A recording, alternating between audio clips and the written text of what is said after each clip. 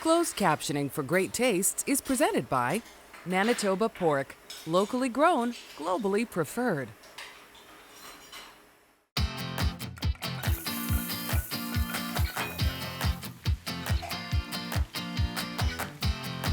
Manitoba Liquor Mart presents Great Tastes of Manitoba.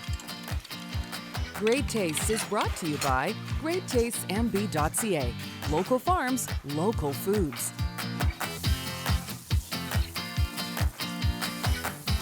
Great Taste is sponsored by Manitoba Agriculture.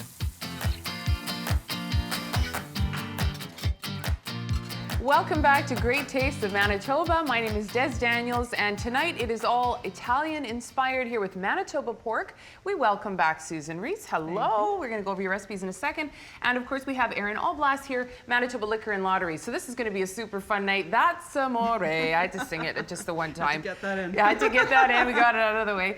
So what are we cooking up today? We are already cooking. Yes, we are. So we're taking a little tour of Italy today. We're going to start with a pork and pancetta bolognese. Just a hearty meat sauce, maybe a little bit more involved than your regular sort of dump and simmer spaghetti sauce, but definitely worth the effort and very flavorful. If you're looking for an easy, quick night meal, we can go with the quick pork Parmesan, just a simple Italian classic. Quick, we like it. Yes, yes. And then if you like to be a little bit more adventurous in the kitchen, we've got a mouth-watering, savory, slow-cooked pork roast using pork shoulder called porchetta. Sounds delish. Now, are you just going to bring a case of wine back with you? You know what? Is this too easy? A little bit of foreshadowing going on here, Des. With these Italian-themed recipes, definitely some wine is necessary. Sure. So that's what I'm going to do. I'm going to pair all of these with a wine. All right. Excellent. Great. Well, we'll look forward to having you back later. shortly. Yeah.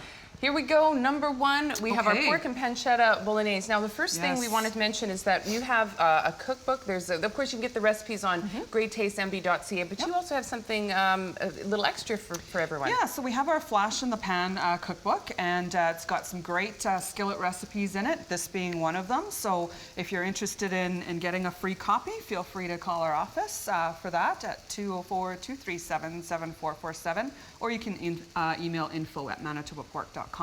Okay. So we have our pork and pancetta bolognese. So we're starting off with our pancetta. So Can I ask a really stupid Sure, question? sure. So the difference between pancetta and like say bacon, because it kind of looks like a back bacon a little bit, but it's thicker. It's actually the regular bacon and pancetta actually comes from the same cut. It's the pork belly. Okay. And the only difference is that pancetta is, well, it's Italian bacon, it's salt cured, and your regular bacon that you would have for breakfast kind of thing is wet or dry cured and smoked. So this is not smoked. Okay. So we've diced some up and we fry that first, so it's a nice golden brown, and then we're actually going to reserve about a tablespoon of the fat, and that's what we're going to cook our ground pork and our onion and our garlic and our vegetables that we already have added to the pan in. Because of course your ground pork is it's lean. Yes, so this is lean ground pork that we're using. If you're buying regular ground pork, you can just certainly drain off some of the fat after it's finished browning.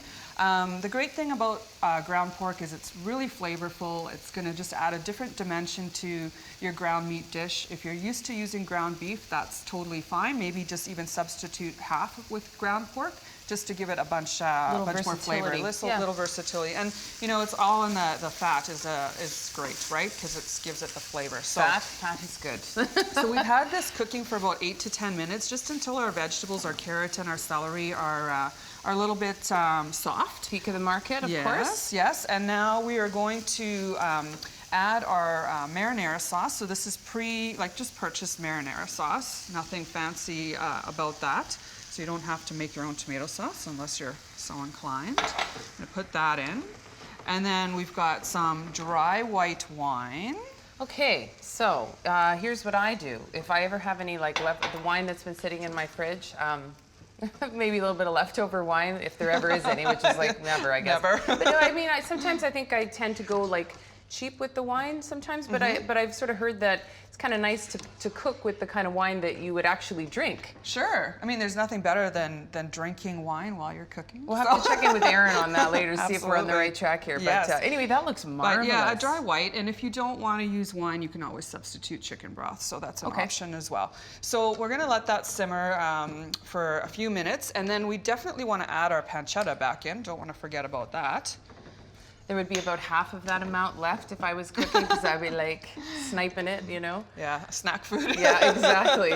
Exactly. And we're going to add a bay leaf as well, because that always is great for sauces and things like that. I see some spices here. Is that's nutmeg, right? Nutmeg and cinnamon. I love cinnamon because it pairs well with nutmeg, and it's just reminds me of comfort food. But I was surprised to hear that we were putting it in this. Is this is sort of part and parcel of Italian cooking, or? Yeah, so my understanding is in bolognese there's often nutmeg. I haven't been able to find a recipe that doesn't have nutmeg in it, so it seems to be a standard ingredient that you would add, and it really provides a little bit of warmth, deep warmth to the dish that works really well with the brown meat. And as I said, I like adding the cinnamon too. Well, you can like immediately, it's that sweetness is there. Yeah, so then you're going to want to cover that and let it simmer at least 15 minutes. Longer is better. The next day eating it is obviously better because the flavors have a chance to combine. Yeah.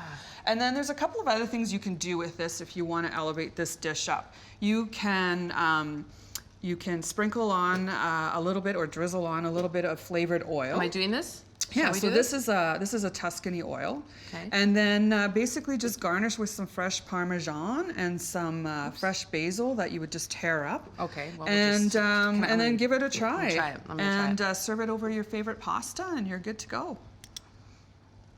What do you think?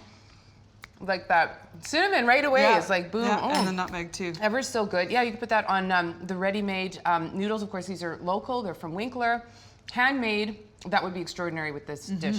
Thank you very much, Susan. It's so wonderful. You know what, our next recipe, it has the word quick in the title, so we love it already. That's Amore with Manitoba pork right here on Great Tastes of Manitoba. You're watching Great Tastes of Manitoba, brought to you in part by GreatTastesMB.ca. Local farms, local foods.